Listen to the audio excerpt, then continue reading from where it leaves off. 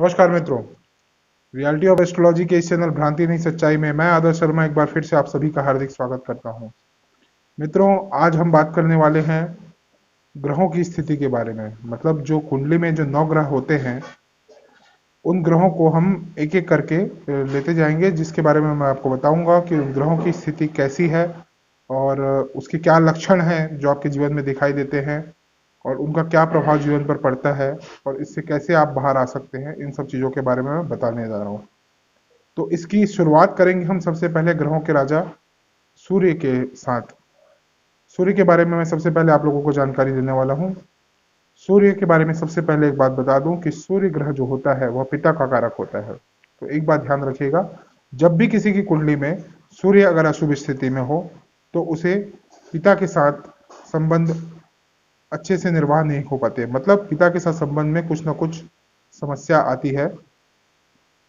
उनके मानसिक विचार नहीं मिलते या किसी भी तरह की परेशानी आती है। पिता के स्वास्थ्य संबंधी भी परेशानियां आती हैं और पिता को हृदय संबंधित रोग होने की पूरी पूरी संभावना होती है। इस तरह की कुछ दिक्कतों का सामना करना पड़ता है। इसके अलावा अगर उसके शारीरिक कष्टों की बात करें तो उसके आंख पर इसका बहुत ज्यादा प्रभाव पड़ता है। मतलब उसके आंखों की रोशनी थोड़ी कम हो जाना, उसे चश्मा इत्यादि लग जाना, मतलब आंख से संबंधित कोई रोग हो जाना, इस तरह की परेशानी आ सकती है जब सूर्य अशुभ स्थिति में हो। इसके अलावा उसके सिर में भी दर्द काफी ज्यादा होता है। मतलब उसे हर थोड़े थोड़े दिन में सिर दर्द की शिकायत होती है। तो यह सब लक्षण हैं सूर्य की अशुभता के।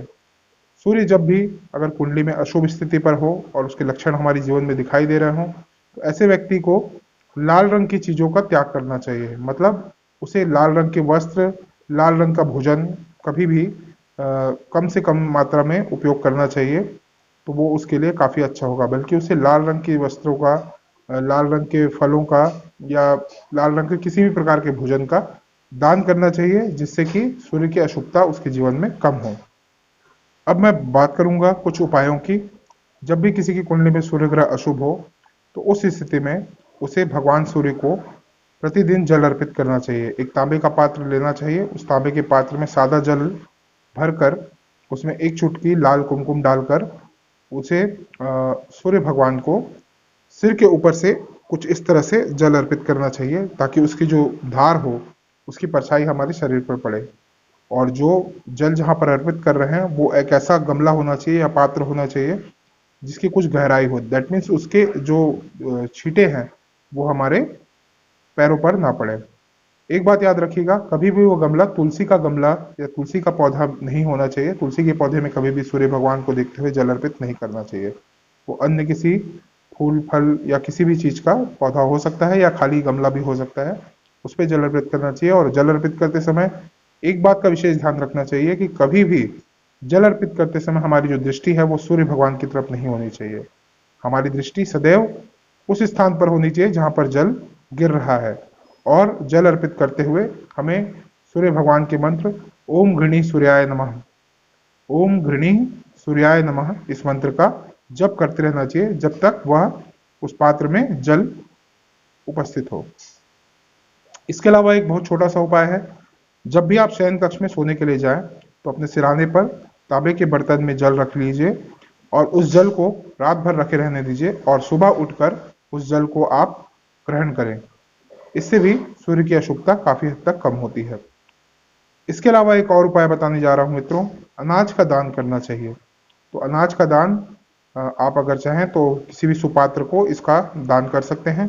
इसके अलावा गेहूं एक पात्र में लेना चाहिए हमें ऐसे, और उसे अपने हाथों से लाल रंग की गाय को खिलाना चाहिए। ध्यान रहे, कभी भी अनाज को हम जब गाय को खिलाने जा रहे हैं तो उसे भूमि पर नहीं रखना है, अपने हाथों से ही ऐसे पकड़कर उसे गाय को हमें खिलाना है। तो यह उपाय बहुत कारगर साबित होता है।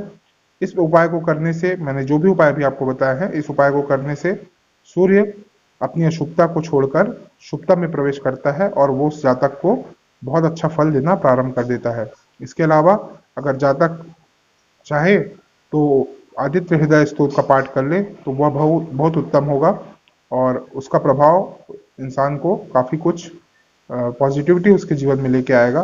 क्योंकि जब भी सूर्य अशुभ स्थिति में आ जाता है तो इंसान के जीवन में प्रशासनिक बाधाओं का भी सामना करना पड़ सकता है। मतलब उसे किसी ना किसी प्रकार का प्रशासनिक आरोप या कुछ भी ऐसा उसके ऊपर मुकदमा दायर हो जाना या इस तरह की कोई भी परेशानी आ सकती है। कभी उस पर टैक्स चोरी का इल्जाम लग जाना या उसके ऊपर कोई पेनाल्टी लग जाना, मतलब प्रशासन से संबंधित कोई भी समस्या उसके जीवन में आ सकती है अगर सूर्य ग्रह अशुभ स्थिति में हो। तो ये थी कुछ जानकारियां सूर्य ग्रह के बारे में।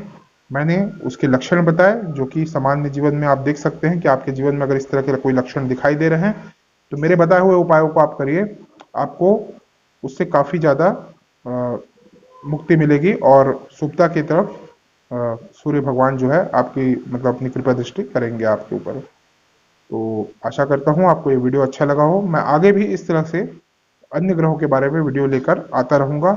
अगर आपको ये वीडियो अच्छा लगा हो तो इसे लाइक करें, मित्रों के साथ शेयर करें और मेरे चैनल को सब्सक्राइब करें ताकि आगे भी आपको इस तरह के ज्ञानवर्धक वीडियो मिलते रहें।